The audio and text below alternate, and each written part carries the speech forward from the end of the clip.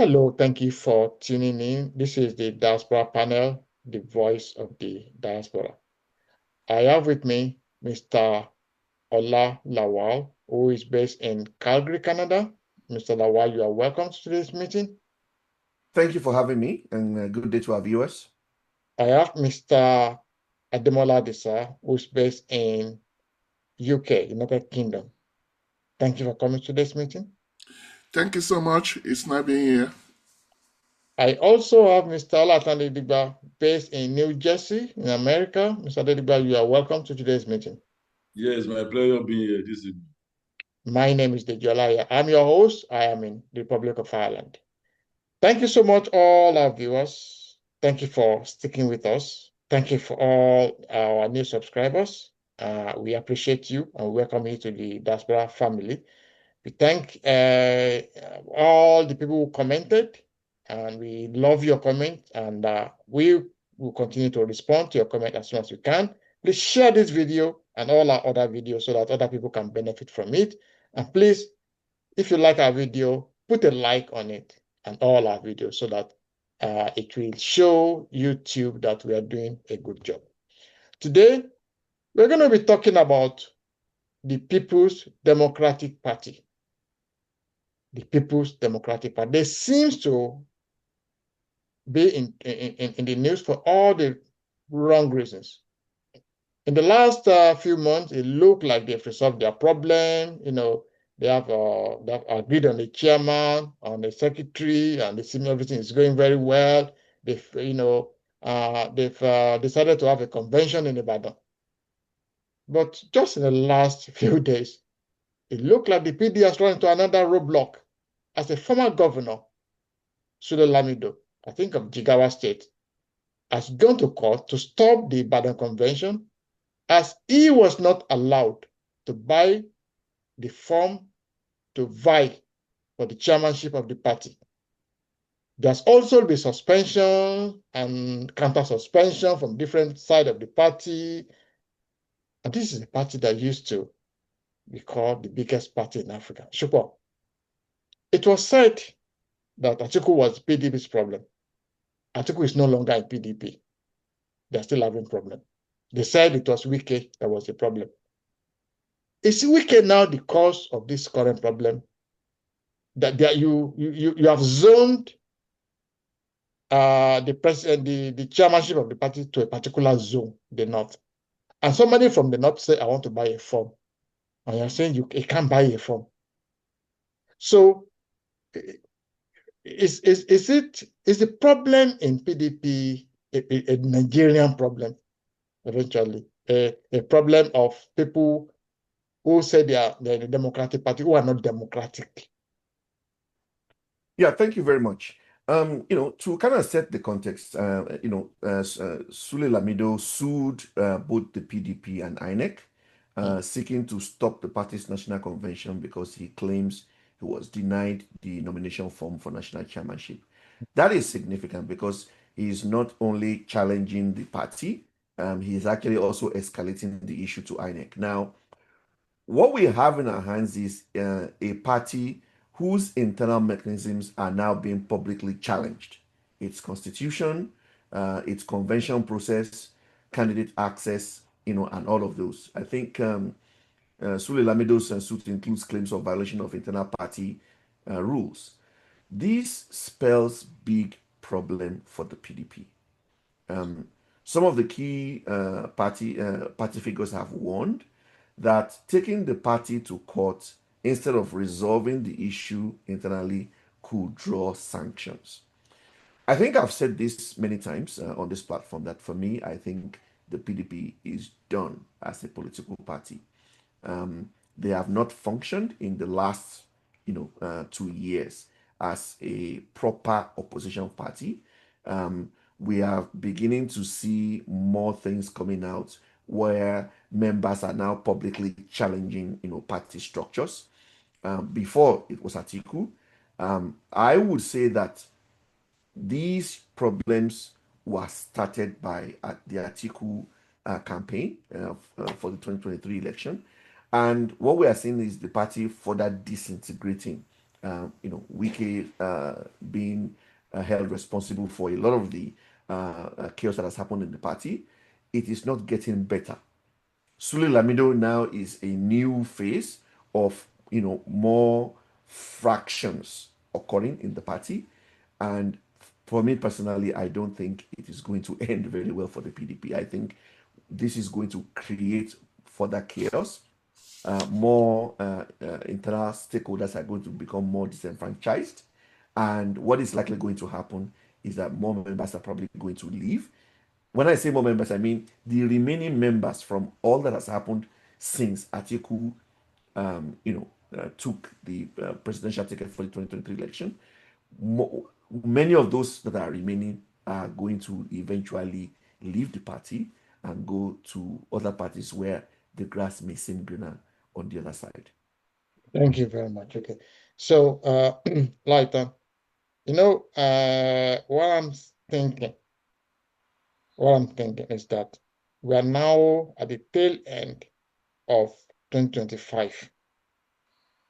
It's most likely now with changes in legislation that the presidential election for the next presidential election may actually take place in around October 2026. So we are kind of having about 1 year left. And for a party that is in disarray, they may not have enough time to actually do a convention, have a chairman and a secretary who will sign the forms of their presidential candidates and of their governorship candidates. So, do you foresee a situation where PDP will not be on the ballot, on the electoral ballot in 2027? Yeah, the problem of PDP is basically problem of Nigeria. It can be likened to Nigerian problem. It's indiscipline. A party whereby some big shops, they will believe that they are bigger than the party, right? Because you have the money, you have the ability to control the people. No, I don't know. For all over the world, the political party, the chairman, they are always above the party. And when you are choosing the chairman, you should have a chief whip who can discipline an area, recalcitrant members. But when you impose somebody who doesn't come through the votes, nobody, if you know, it will not enjoy the popularity of the people. That is basically what is happening in Nigeria. When you are choosing, you choose this, you choose that, you do this, you do that. No, nobody does that. It is unheard of, right? Let the party should be supreme. Whatever the decision they are taking, it should be a collective decision. It should not be somebody above them. That is why they left everybody. They left Atiku in the party. And fortunately, now Atiku has left the party. He has left the party because they don't have, nobody can discipline them.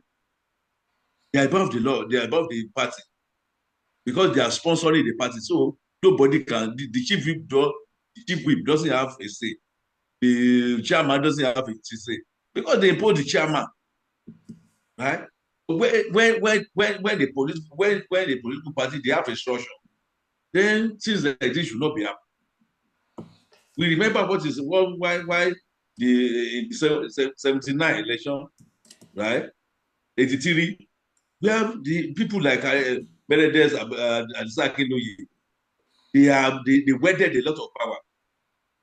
In the UPN, they did the same thing in 1979. So in 19,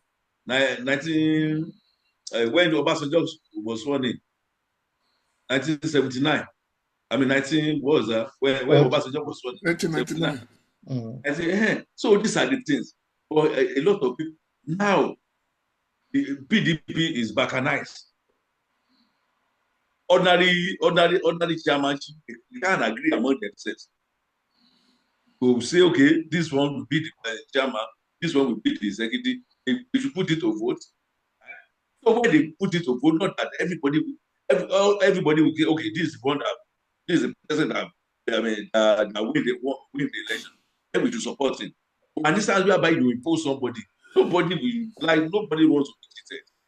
So that is what makes sure, that is what ended the PDP, right? The term imposition.